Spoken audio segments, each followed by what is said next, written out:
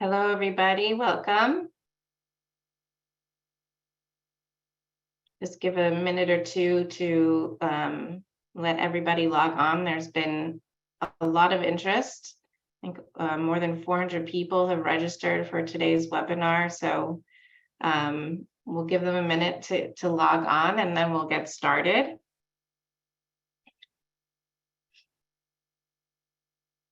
I think we'll put on the captions.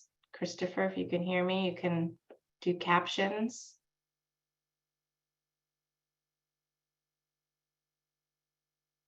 Welcome, everybody. If you're just logging on, we're just giving people a minute to get started. And we have a number of speakers here today. And some more speakers joining us in just a little bit. There's been tremendous interest in this issue of Parent Circle being expelled from Israeli school. So thank you for joining us on such short notice. For those of you that don't know me, my name is Shiri Orion. I'm the Executive Director of the American Friends of the Parent Circle. And for those of you just meeting the Parent Circle for the first time, we are an organization made up of more than 700 bereaved Israeli and Palestinian families, all of whom have chosen a path of peace rather than revenge, and have chosen to share their stories with the Palestinian and Israeli public and the international sphere so that they can prevent any further bereavement and promote reconciliation. We have two members with us today. We'll be hearing from them shortly, Ayelet and Bassam. So why are we hosting this emergency briefing? And just get a little bit of background. The emergency briefing is about our dialogue meeting program, which is one of our oldest, longest standing programs, which includes having one Israeli and one Palestinian, both bereaved, like Ayelet and Bassam, who go into an Israeli high school. We do this in lots of places, but many of the dialogue meetings are in Israeli high schools. And they share their stories of who they lost, the experience that they went through with that loss, and why they chose this path, in the hopes that they can promote the possibility of peace, but also, in many times, it's the first time that an Israeli 16 or 17-year-old gets the opportunity to meet a Palestinian and just have a conversation, and just as a human being. That's an entirely rare occurrence today. We do about 400 of these dialogue meetings a year. Like I said, many of those are in Israeli high schools. Each year for 20 years, we've applied to be approved in the Ministry of Education's, excuse me, I'm getting over a little cold. Each year we apply to be a part of the Ministry of Education's external programs. You have to be an approved speaker organization to go into the schools. And each year we are approved, but not this year. We started to become suspicious earlier on in the year when the Ministry of Education put forward a new criteria, which said that you may not defame or criticize the IDF if you want to be approved. And we knew that this was not that this is something that we do, but we knew that this is something that was being put forth to target the Parent Circle specifically. And lo and behold, we received last week the official answer from the Ministry of Education saying that we were rejected. We are not allowed to speak in Israeli high schools anymore. They based the decision, and I'm going to quote, saying that the values of the organization are contrary to the principles of the State Education Law of 1953. And if you want to know what those principles are, I will tell you. So they said any comparison, and this is important, any comparison between the bereavement of families of soldiers or victims of terror and the bereavement of victims of defensive IDF operations is unacceptable. It seriously hurts the memory of the fallen and the feelings of their families. So basically, you cannot compare, the Ministry of Education says, You cannot compare the pain and the suffering and the loss of a Palestinian with the pain and the suffering and the loss of an IDF soldier or a victim of terror.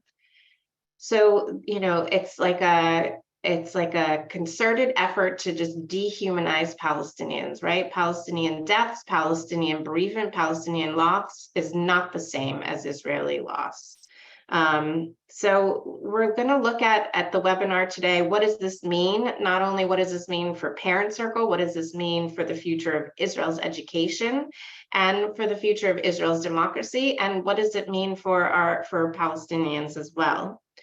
Just so you know, a little tidbit, as we speak, the members of the Parent Circle are finishing up right now a dialogue meeting right under the home of the Minister of Education, Yoav Kish, as a protest effort. And I think more than 100 people showed up to that. I don't think Minister Kish showed up, but it was right under his home.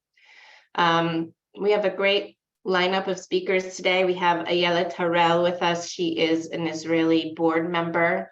Oh, here's a picture from the dialogue meeting under Yoav Kish's house in Hod HaSharon. Yes, Hod HaSharon. Yes. So Ayelet Harel is with us from Givatayim. She's an Israeli board member and a bereaved sister and longtime member of the Parent Circle. Hi, Ayelet. Hi. Good Bassam evening. Aramin with us, the former co-director of the Parent Circle, speaking to us from Jericho, also a bereaved father. Hello, Bassam. We have two people from a partner organization. The organization is called the Task Force for the Protection of Public Education in Israel, and that is Karen Zahavi. Hi, Karen. And Itamar Kramer, who is here but not on video. I think he's here. He is. Hi, Itamar. Itamar is the director, and Karen is the director of international relations and resource development for the task force. And we will also soon be joined by Tal Hassin from ACRI, the Association for Civil Rights in Israel, who is leading the legal efforts around this issue.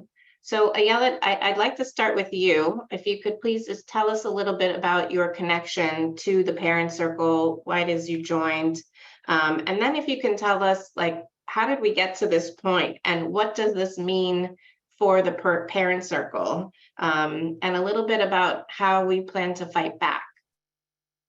Okay, so good evening to all of you. I'm very excited to participate in this webinar. I'm Ayelet Harel. I'm been a member in the Parent Circle from 2010. I live in Givatayim. I'm a single mother of 3 children, and I'm a producer and an editor in aspects of television and culture and communication. And I also worked in the Parent Circle for 5 years. There I worked also with Shiri and met her. I'm unfortunately a member of the Parent Circle because I lost my eldest brother in 1982, 41 years ago. I was 16, he was 19. In the First Lebanon War, my brother was killed in the refugee Palestinian camp En El Khilwe. And this is why I'm a member, and I've been active in various aspects in the Parent Circle as a facilitator, also for the narrative project, but many of the times also for our main project, which we always really, it's like our baby, the education program, which been active in the Parent Circle for more than 20 years. It's the first activity the Parent Circle did. It started in Israeli school, then really expanded to also in Palestine, and also for adult programs and like universities and also other places. But the first like the most cherished program was the program in schools. We usually meet children at the age of 17, 18, just before they go to the army. We have an hour and a half with them. We share our stories. Israeli and Palestinian. We share story like for about 45 minutes, and then we have a discussion with the kids. This is really an amazing program because first it will be the first time they would meet Palestinian, and the first time they will understand many of them really about the situation, what is the pain and the loss and the price of this vicious circle of violence and the wars between the Israeli and Palestinian, but also they will understand, how to see a Palestinian as a human being, not just as an enemy, not just as someone who now it's like everybody calls Palestinian equal terrorist. Yes, they would see that as a human being, and they would empathize with his story, and they would ask really they would ask questions, and the questions the children ask are not easy to answer. I mean, they are very open, but for us it was like it should be a must program for each child in Israel, and also I think in Palestine, of course, but before they go to the army, to see the Palestinian as a human being, to understand the price of this of the situation, and to have some thoughts, maybe that not all the preparation for the army and for being a good soldier is also to understand the complexity of the conflict.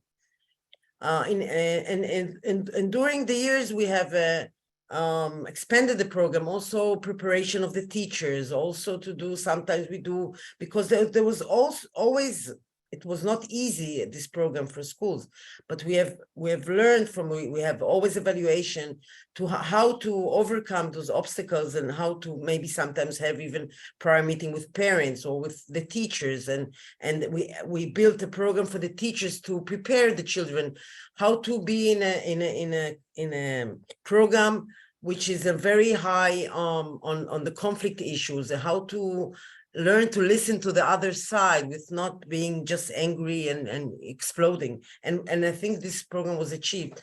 So this is the program, and actually for many years in Israeli schools, I don't know, maybe Karen and Itamar would they correct me, but for as far as I know, there was no many organizations could enter schools. The principal of the school would decide who do you want to, what kind of program, what kind of external program he wants.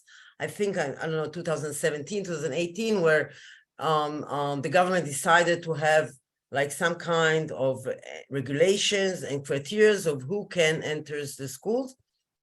And Parent Circle luckily did get the approval of Geffen. This is the how the program is called. It has thousands of programs there from all kind, arts and sports and whatever, and each principal can choose what kind of program he wants in the school. And in the past years, I think it's not only for the education program, also I think it also became more and more as the political situation in Israel deteriorated, also against our main ceremony during Remembrance Day, on the main argument against our program, that how can we compare terrorist families and Israeli Israeli soldiers and terror attacks, innocent victims of the situation. Yes, so they could not see the more and more arguments we're getting about who are those Palestinian bereaved families. What do you mean by Palestinian bereaved families? How can they be bereaved? They're families of terrorists. They're all family of people, of suicide bombers. And how can you compare our lost ones, the soldiers and the terror attacks lost ones? How can you compare them to the families of the terrorists? And this argument became stronger and stronger throughout the years, in generally a approach against the Parent Circle. As Shiri said, this new government, the new ministry added to the criteria of these programs the general programs of Geffen, that that we should not go against the army. This was also not just against us, also I think the organization of Shovrim Shtika, I don't know how it's called in English. Silence. Yeah, and they also were expelled in other organizations, but we thought that as bereaved families, we would not be thrown out of schools because, you know, we're bringing them stories of pain and of empathy. We're not talking about political situations. We're not going down that road. So we thought that they would, I mean, me as a citizen in this country believed that my mouth would not be closed and I could still go to high schools and share our activity. Okay, so in the past months, because of also we had, maybe some of you know, the protest against our summer camp activity. We had through our process, we as all organization activities, we send them all the documents, all the evaluations, all common of the principals and students who appreciate this program. We send them all the materials, and then they send us like a paper of many questions about they went and said about all kind of Palestinians that are in the I'm sorry, I should say that there are two organizations in the past years that have really been on our backs. Each time there's for the past years, many of the times that we go into a school and they know that we will be there, there is organization of right wing that would go down, they would have protests, they would talk to the children to protest against us, they would talk to parents to protest. And so the school who wanted to have an activity, not in all the places, but in some of the places, it became really hard for them. They had to fight the parents, they had to fight the children. So some of these activity were even canceled by the schools before this what happened, and these organizations were really on our backs. They decided that they will like follow every of our activities and, you know, make it not happen. So they complained to us, to the education ministry.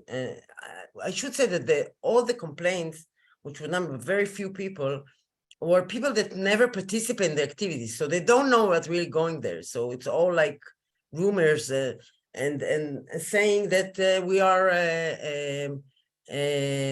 that we are bringing, as I said, a family of terrorists, that we are talking against the army, that we are saying, we are using words of that the army of occupation, yes, which some of the Palestinians, of course, call our army the occupation army. So this all is like against what should be said to children. And so we had to answer a very long questionnaire, which we answered them. We gave them very deep answers. We did not like related to as just nothing. We really put our efforts to answer them and to give them also documentation, evaluation, in order to convince them. But I guess there was no chance. There was no chance at all. And now we got actually just now, so we got an answer that we cannot go into schools. I must say that there are high school principals that called us and said that they will invite us. Even in the beginning of the year, they're not going to listen to the Ministry of Education. So we are getting now a lot of support from teachers, from high schools principals, from all kind of education people, from children. So it's really very moving, I think.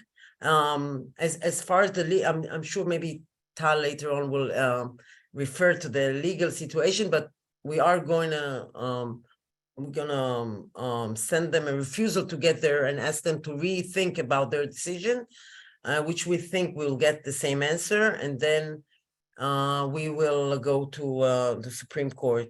But we are using now this as a tool.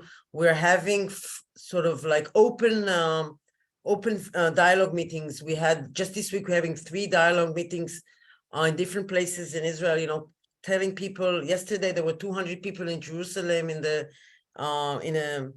a high school in Jerusalem that came to hear the meeting.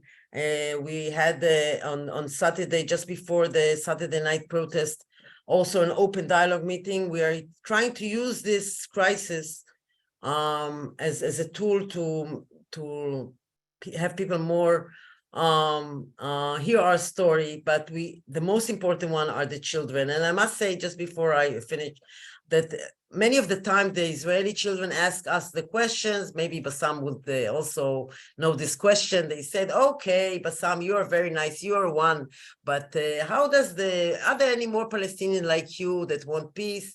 And what is aren't people are against what you are doing? And those children thought always that in the Israeli side, like it's really, you can do what you can say. Of course, I don't get any criticized. It must be the Palestinian who will get criticized from his society and people will be against him.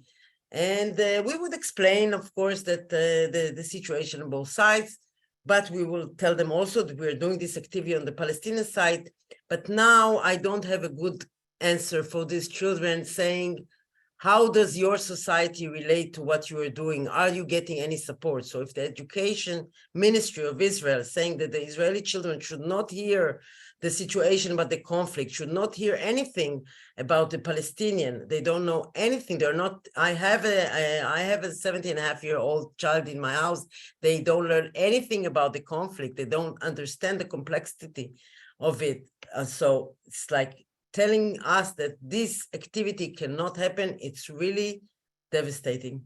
Thank you, Ayelet. That was a very comprehensive overview of what has been happening. I'm going to quickly turn over to Bassam because Ayelet referred to you. Bassam, if you would tell us a little bit about your connection to the parent circle, and as the only Palestinian here with us today, tell us how you understand the meaning of us being expelled from Israeli schools. And I'm also very curious because you have a lot of experience doing dialogue meetings in Israeli high schools. You've met plenty of Israeli teenagers. So from your perspective and your experience, what kind of impact does the dialogue meeting have on Israeli students, and what comes up most often?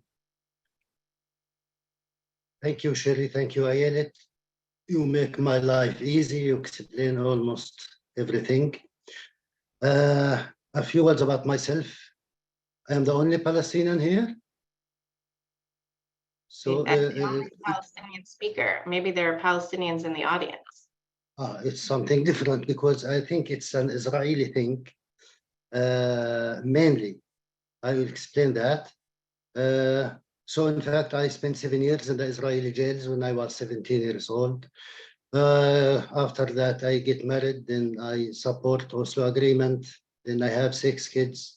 Then I become one of the co-founders of Combatants for Peace. Then after that, I finish, or before that, I lost my 10 years old daughter, Abir, in 2007. For that, I'm a member in the parent circle. And after that, I did my master's degree about the Holocaust, which is a long story. Now to come to this webinar, I have a very different point of view, of course, because I believe many Israelis and Jewish, they are in shock, very surprised. They don't expect that. For me, it was the normal thing to do because everything is based on the education. When we talk about soldiers, the army, it's very complicated network. From the age of 5, almost every Israeli children know the Jewish history as they want them to know that. So it's very difficult for us. It's not easy to throw like a bomb when you throw a new idea for the first time in the schools, the high schools. For them, we are poisoning the minds of the kids, which is true from their point of view, because it was never democracy for me. It will be never democracy. So it was very expected.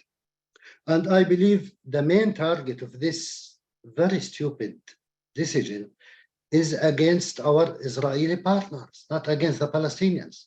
because mainly they don't see us. They don't want to talk to us. We are not exist, but they want to silence the Israelis who have a different point of view. They want them to remember their beloved one the way they want them, not their choice. For that, they fight the joint Memorial Day. It's exactly how the Palestinians describe the Israelis. It's the families of war criminals. Those soldiers, they are war criminals. They are occupiers. How you go, sorry, to talk to them, to join this Memorial Day. And because it's very difficult, but we understand that we have the same pain. Now from Ben Gvir and others, not to compare our blood, in spite he's a Kurdish, he's like almost from Arab roots, not to compare our blood. It is part of the political game, not to see each other as human beings, because we have radical disagreement about everything, which is through the education. When we start to see each other as human beings, they have a problem, because in the end, we will see each other as human beings. We will be ready to share this land and to live in peace in the strategic goal, which is something they never expect, they don't want.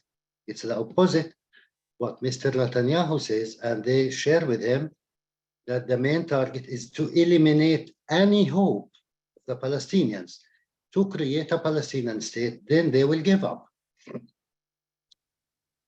They will never understand that. We will never give up. Never, ever, even after 3,000 years. And they try this brutal power since 75 years. Until today, it's more blood, more pain, more victims. So I think it's a very stupid decision, but it was very expected. Sorry. It's to silence our Israeli partners, because they discover or they feel that our main enemy, our main problem is this occupation. He kills our beloved one from both sides, even the soldiers or the Palestinian fighters or whatever you call them. They are victims of this occupation. There is no occupation. We don't need to kill each other. Maybe Ayelet's brother or Robi's son, we could be friends. But unfortunately, it's not as a normal situation. We just see each other as enemies. The enemy have no human face, and we want to see each other as human beings. So imagine this is our threat, our main threat, to talk. What's the danger when I talk about my 10 years old daughter, Adir, when she was killed? This is my personal story. It's not politics. We don't negotiate. We don't talk about Jerusalem or the refugees or whatever. We just want to see each other as human beings for both the Palestinians and the Israelis. And because we succeed, it's not a lot because we don't have, the power, but because we succeed, now they expelled us from these schools, which is very painful. Personally, for me personally, because when I meet the Israeli kids, I try to imagine that I am an Israeli. They are like my kids. And we can see their reaction on the spot while we are talking. Some of them start to cry because he never expect to hear something like this from a Palestinian. And Ayelet, right, many of them ask me, how many Palestinians like you? Because they don't know. It's the same when the Palestinians meet Ayelet or Rami or Robi, they ask them, how many Israelis like you? Because they only know soldiers and they know settlers, which is very violent. So today, really today, we need your help a lot, because now there is no masks. You cannot claim that it's a democracy. And it's become very dangerous, not for us, not for the Palestinians. We know our part, we did our part. It's for the Israelis themselves. There is no democracy. those people are new fascists. You need to understand that. For you, I'm not talking as a Palestinian. I'm talking as a human being, as I like to analyze. It's unbelievable. You need to believe that it's over. This is their dream. Today, they have the power and they can do it very easily. They don't care about the protests. And we can see many Israelis start to say now, imagine how they deal with the Palestinians while they are dealing with the Israeli protests in Tel Aviv and Jerusalem. Always I said, if you kill the morals in Ramallah or Hebron, you will kill the same morals in Tel Aviv. Thank you very much. Thank you, Bassam. It's so true what you said, that education is such a powerful tool, and especially a powerful tool in what does exist of Israel's democracy, and silencing of voices and diversity of voices is essential to preserving any semblance of democracy that Israel may have. I want to turn now to Karen, and Itamar was here, but it seems like we lost him. I also just want to take a second and say hello to Tal Hassin, who just joined us. Hi, Tal. Thank you so much for being here. It's almost your turn to speak. Oh, I think maybe we can't hear you. No, it's my pleasure to be here. That's what I Okay. say. Can you hear me? Yes, we hear you now.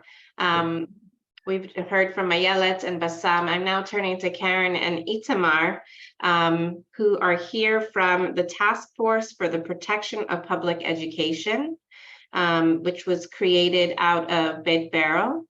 And they're going to give us the wider context of this decision. So this decision happened last week, but obviously your organization wasn't born last week. And I also really want to say thank you for the work that you're doing to not only preserve the public education system in Israel, but specifically the campaign that you've launched for the Parent Circle.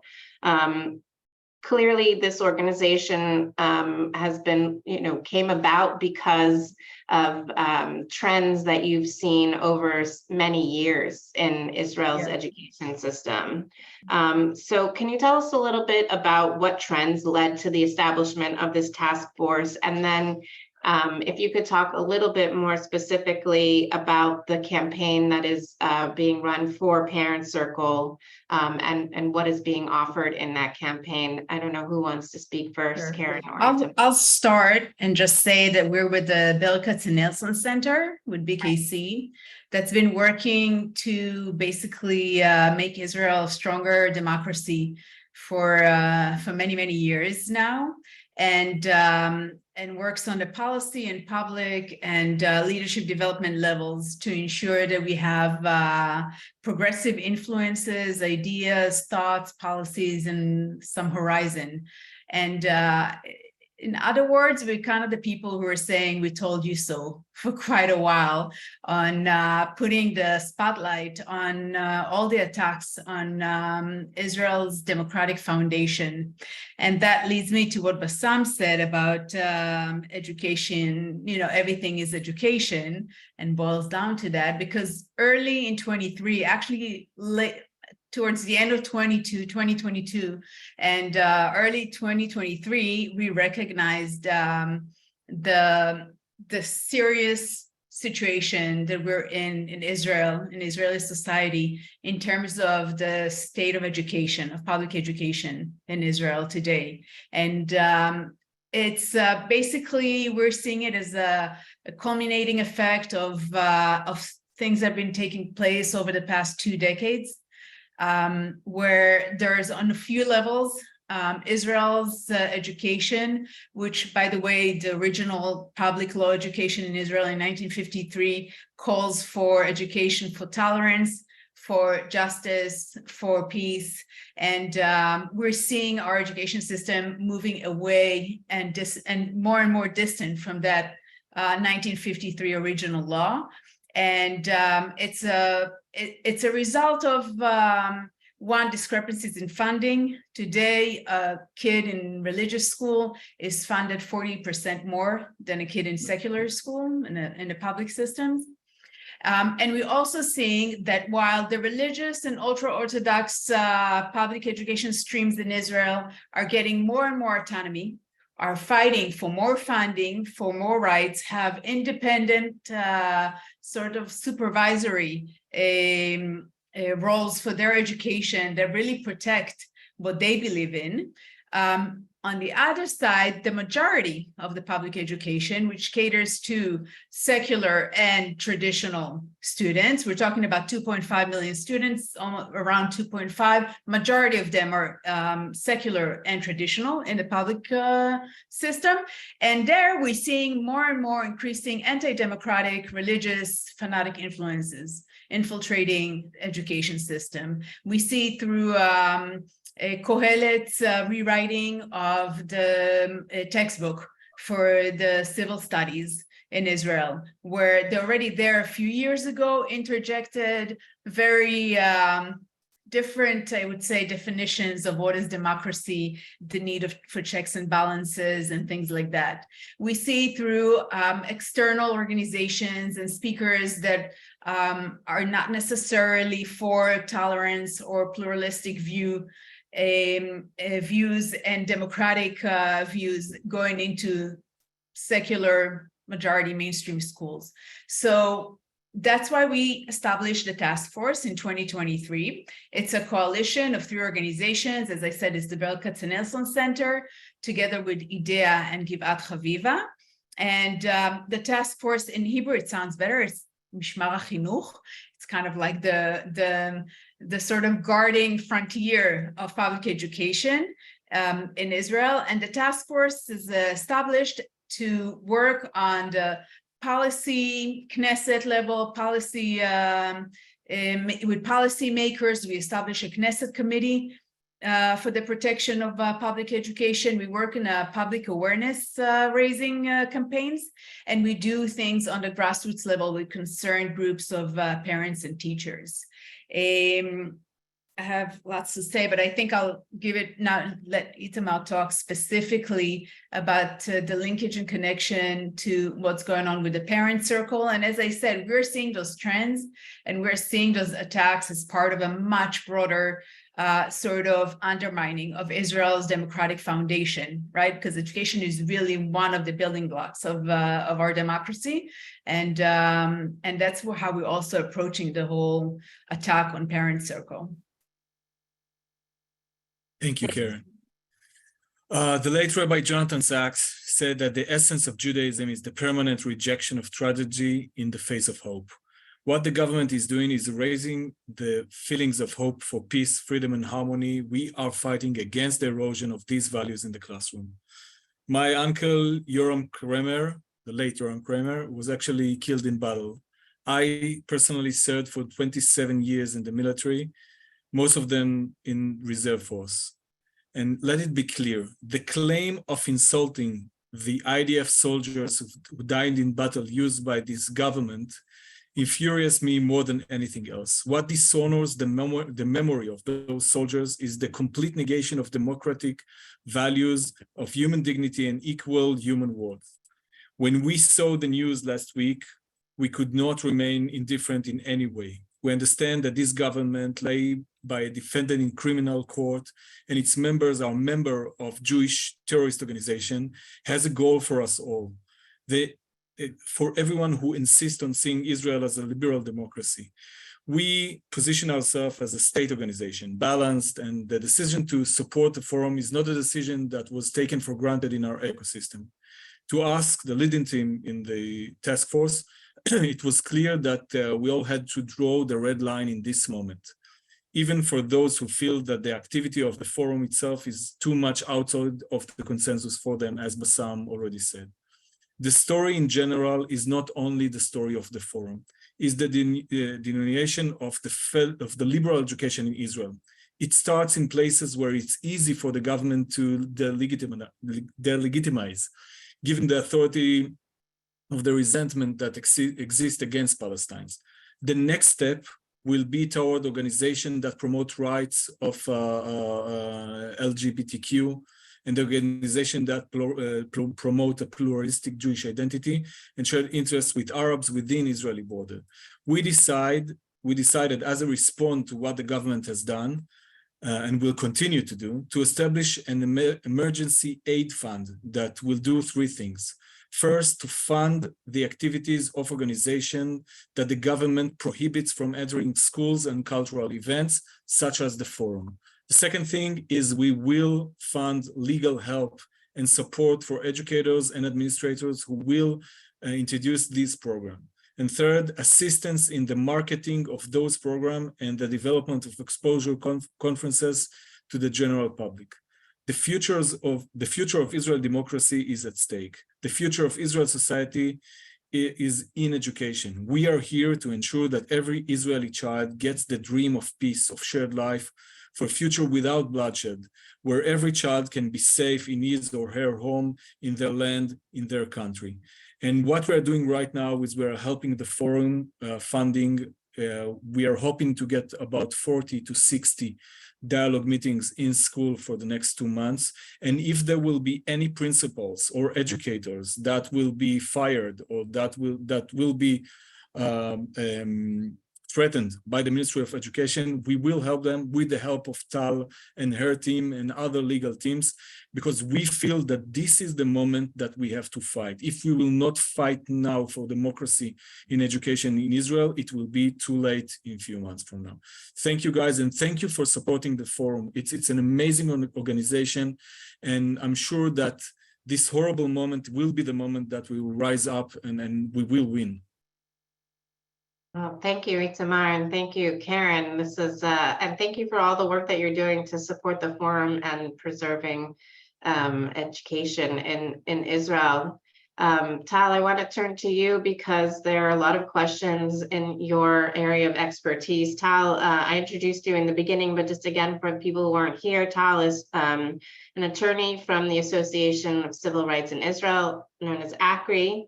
And Tal is leading the legal services, legal battle that the forum has been facing already, and now that continues to grow. And Tal, we want to know all about that. People are very curious to know, like, how are we going to fight this? How are we going to win? What's the legal battle? Does it look good for us or not? But before that, there's a question that's been on my mind, and I think other people are wanting to know, what does it mean for a school that invites the parent circle to come speak anyway? Like right after this decision was made, about 100 teachers, 100 schools signed onto a letter and said, we don't care what the Ministry of Education says, we're going to invite you to speak in our school anyway. And I love that, that's great. But since we are rejected from GEFA and from the external system, what does that mean for a school? Are they breaking the law? If you consider the Minister of Education as the law, they are breaking the law. But no doubt that when the decision was that the forum is not allowed to enter the schools, he's not allowed to enter the schools, and principals and teachers are not allowed to invite him. Whether it means they're going to fire principals, they're going to fire teachers, it's a doubt. But they can cause a lot of problems. They can call them for hearings. They can make a public issue out of it. As long as this decision stands, it means that the forum cannot enter schools. No one can invite him into schools. And this we have to fight now on legal grounds. I was reading the decision, okay? It's ridiculous. I'm sorry to say it so loud and clear. It is ridiculous. It doesn't stand on a legal grounds. It didn't even check the program itself, what the program means, what her goals, anything. It was only about this issue of the soldiers and the dead soldiers and all the families. It's extremist view of looking at the things. Okay, so what we are going to do, because I'm not working alone, I'm working with a lawyer from the Haifa University, Aran Reichman, which is a master of law and education. And we're going to file an appeal first to the Ministry of Education. And if it won't work, and I don't think our odds are very high here, we'll go to the district court in Jerusalem. And then if this doesn't work, we'll go to the high court.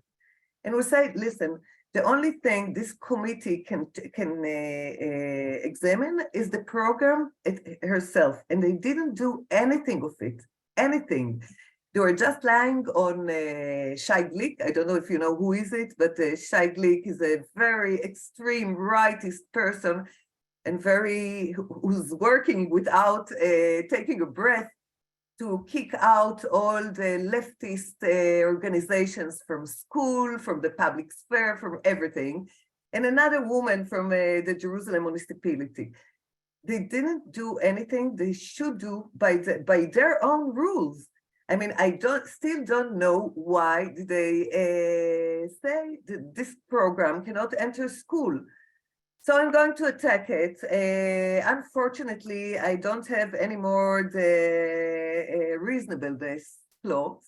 As you know, in Israel, the reasonable clause was just denied by another law. But we can talk about the foreign consideration, and we can talk about what a public authority should check when she's getting a decision, what it should check, and they didn't do anything of it. So we'll start and we'll see. And if you have any more questions regarding it, please go for it. Thanks so much, Tal. And I want to give a chance to people to ask questions. So if you haven't yet, put your questions in the Q&A box below. Tal, what are our chances? How does this look to you? I know it's a hard question to ask, but it's a hard question to answer. It's not only a hard question. I'm not a prophet, and in these days atmosphere, it's really hard to say anything. If you ask my personal opinion, which is a kind of intuition, I don't think we will win on the ground of the appeal to the Ministry of Education. I really think they have foreign considerations, and the Yoav Kish, the minister, said when he entered the government, he said, no way that in my time, people will celebrate the Palestinian Memorial Day or something like this. So I don't build of it. The district court in Jerusalem is not a very friendly environment as well. But then we have the Supreme Court, and then it depends very much of who the judges will be. But we'll wait and see. We'll take it step by step. And let's hope. And I understand that the timeline for the legal efforts is, we're hoping at least, is going to be one that is expedited, so that, I mean, are we using the September 1st date of school starting as a way to expedite this process? Is that possible? I don't think so. I don't think so. We'll try to hurry up at things as much as we can, but the forum have 10 days to appeal to the Ministry of Education. And then it's up to them. I don't know how long will it take them to answer. We'll ask them, of course, to answer immediately because of the beginning of the schools at September. But it might take long weeks. But we'll try. Yeah. Once we're on the ground of court, it's easier to ask they ask them to have a very quick decision, hearing, but I don't know what's going on with the Ministry of Education. The only answer the forum, after the forum wrote them again and again, we need to have an answer. We want to know what's going on. And then it took them another month to do so. Right. Well, thank you, Tal, for everything that you and the Haifa Law Clinic are doing to support the Parent Circle. We're very grateful for ACRI's support and work on all of this, and also the task force. I'm going to go to the Q&A now. There are a lot of questions. There are also a lot of great ideas that people are circulating in the chat. So I hope we can get a record of these ideas about how we can. People are wondering, how can we, still get the dialogue meetings out there? So Ayelet talked a little bit about it in the beginning, that we are doing like public dialogue meetings and it's inviting the general public. We had one in Jerusalem and Tel Aviv. Today we had one under the Minister of Education's home. We're going to continue to do that. I think the one question for Bassam that people asked is about, what kind of questions do you get from Israeli kids? Like, what do they want to know about? What are some of the most sort of not surprising? I don't know where the question is right now, but it was something around that. Like, what sort of questions are you getting in Israeli high schools? What sort of impact is this having? Sometimes if you learn something from the beginning, as when we talk about education, even when you come elder and you discover it's just lies or fake, it's not really, it's very difficult to give up this idea because you grow up on it. So for them, mainly, how many Palestinians like you? Who in the Quran you want to kill the Jews? It's written in the Quran, in the religion. You like born as a terrorist. You just want to kill us. The fear. They all grow up on fear. It's ongoing fear forever. They scare from anything and everything. This is mainly. And if we give you, if we give you like the West Bank, are you not going to ask for Haifa and Tel Aviv and to destroy us after that? It's a paranoia. It's and again, it's built on the education system. Imagine if you are at 5 or 6 and you hear stories about the Holocaust. I was on the Israeli TV. How you told those kids about 6 million victims, about the Nazism, about Hitler, I don't know, without any connection with the Palestinians or Arabs or conflict. It's not normal education either. And they believe we need to educate them just to survive. And you can see the result when they became elder, of course. But maybe I don't know, have a few minutes to say that for my Israeli brothers and sisters who protest against this, this government, it's for me, it's amazing. To be honest, I don't expect that. But again, I start to hear a lot of people say, we keep silent about the occupation and we get dictatorship. It's a very normal result. It cannot work. Occupation and democracy, it doesn't work. There is nothing like this. This thing will come back to you, to your society. It will kill the moral fiber of Israel, of course. And we can see a lot of violence during those demonstrations. If those movement, the Israeli Spring, let me say, against the occupation, it will make a change for the Israelis themselves. They are fighting for their own democracy, for their own privilege, and why there is no Palestinians in Israel participate. Because they want everything to come back again like before this government, which is not really pro-Palestinians or to support the Palestinians. So they need to be part when they see something different. Democracy for everyone, human rights for everyone, to fight the crimes in the Palestinian villages and cities in Israel, exactly like the Jewish citizens, to see equality. Then they will be part, will believe in this democracy. Thank you, Bassam.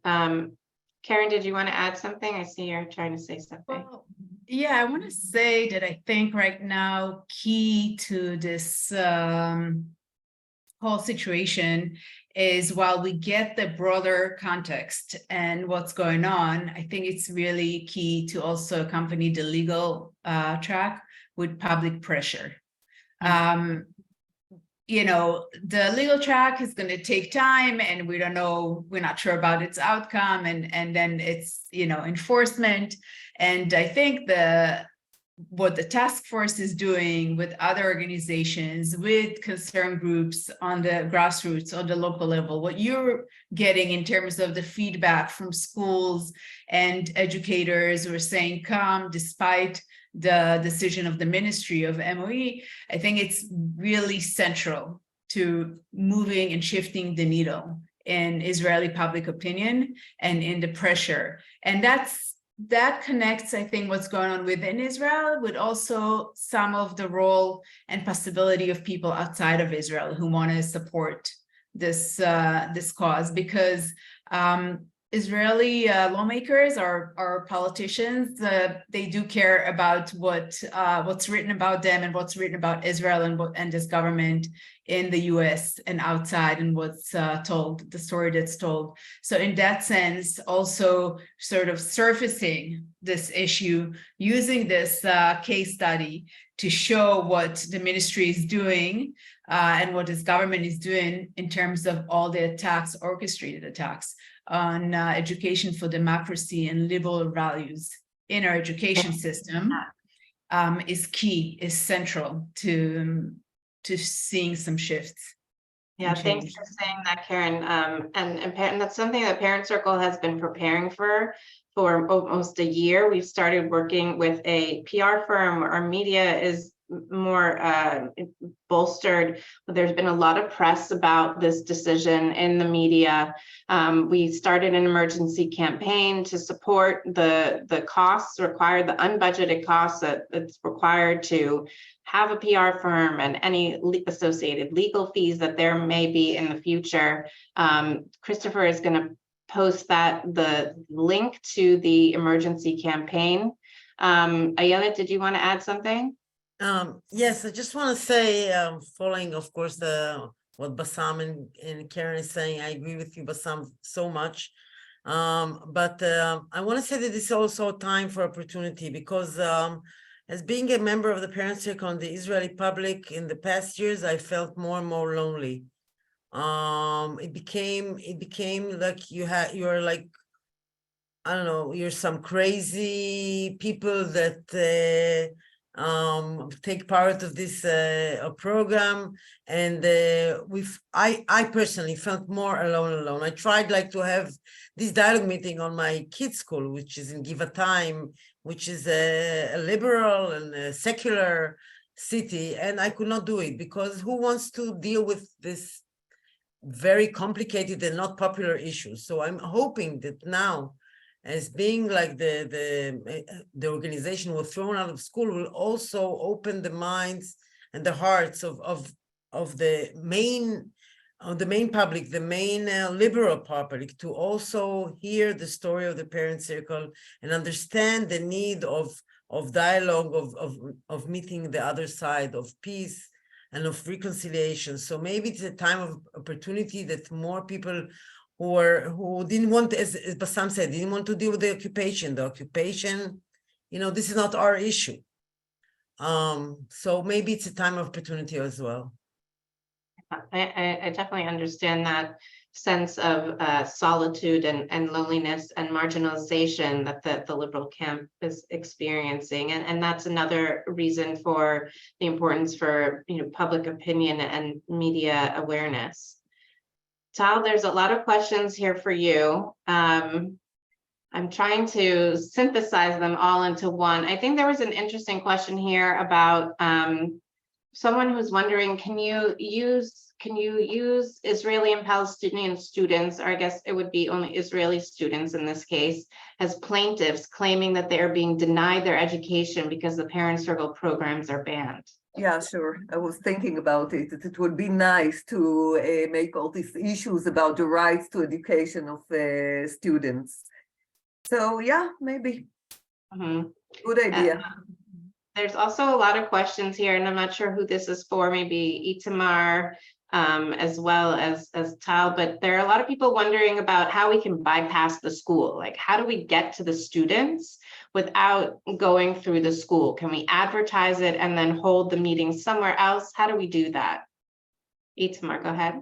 maybe by Tnuot Noar, how do youth Yeah, I mean, and that's an important point. Sorry, Itamar, just to say that the parent circle does speak through other ways, does reach young people in other ways, not outside of schools, like through youth movements, through mechinot, like Israeli military preparatory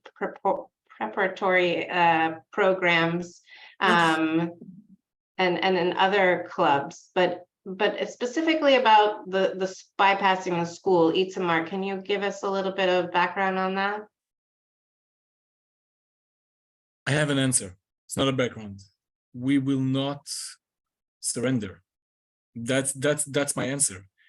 We will not surrender. We will not raise the white flag and say, okay, if the Ministry of Education don't want us in schools, then we will not go to school. There are many ways to bypass and to go through the parents of the school and to go through the municipality. We have many solutions for that. We have many mayors, we have many politicians that will support this kind of activity. But this is not the solution to save Israel's future. The solution is civil disobedience. This is what we have to do now. If the government feels that they can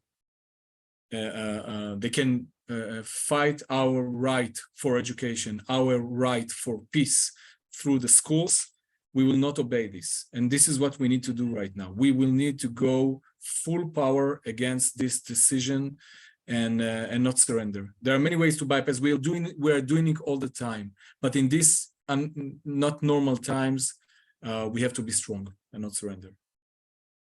Thank you, what, Itamar. Itamar? Meaning what? Civil obedience. Meaning what? What do you mean? I mean that we support activities to be done within school. For sure. And this is the civil disobedience that need to be done.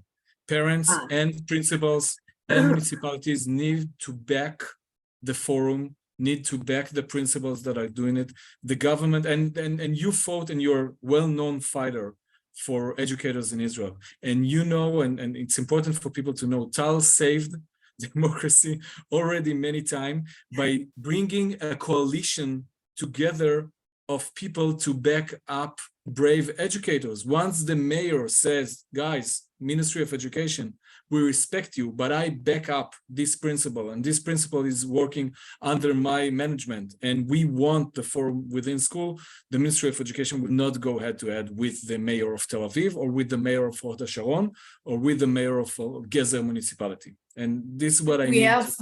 We have an example of that when Avi Maoz from the very extreme right-wing, homophobic, misogynist, and racist party Noam was given a role in a position in the Ministry of Education that's basically in charge of a huge funding pool of programs that go into the schools, which, by the way, would never happen on the other side. They would never have a secular liberal person deciding what programs go into the religious and ultra-Orthodox schools, right?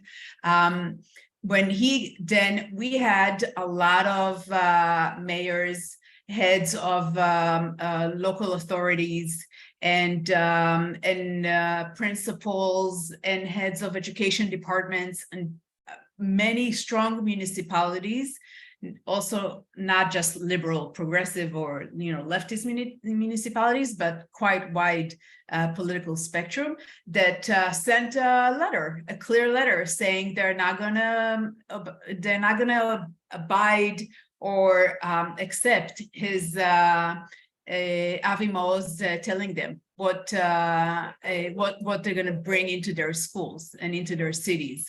So that's an example for civil disobedience. That's when it's done by powerful municipalities with serious numbers. You can't really stop that, And speaking of the power of letters, there is a petition that we have launched, the American Friends of the Parent Circle. You can sign on to this petition. People are asking about how the Americans can support the Parent Circle. Please sign the petition if you haven't done so already. Please share it widely. The petition is against the Minister of Education, or it's directed to him. We already have close to 2,500 signatures, so please let's get that number even larger. I want to say thank you to our speakers today. We unfortunately run out of time. This has been very enlightening for me. I hope for all of you. We continue to look to find ways to support the parent circle, and I'm grateful to the organizations that are here today that are working with us. We expect this to be an ongoing battle. So thank you to all of you here today that are also supporting us in this battle. And we will continue to keep you updated and briefed and the events of what is going on. Tal, we expect to hear a lot from you. Any sort of final words, just a final sentence from everyone? Tal? Me? Yeah, closing sentence. Okay, we'll do our best, and I believe we will win. It's unbelievable to think it can be otherwise. It's impossible. It's a democracy. It's the freedom to think, to ask, to know, to learn, to study, to meet. So we'll do our best. Thank you, Tal. Itamar. You had a Just very thank you, powerful guys. statement already. Just thank you for your support. Thank you. Bassam, any closing thoughts?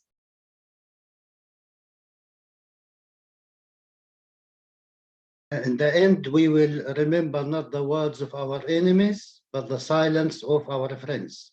As Martin Luther King said, don't keep silence. Thank you, Bassam. Karen.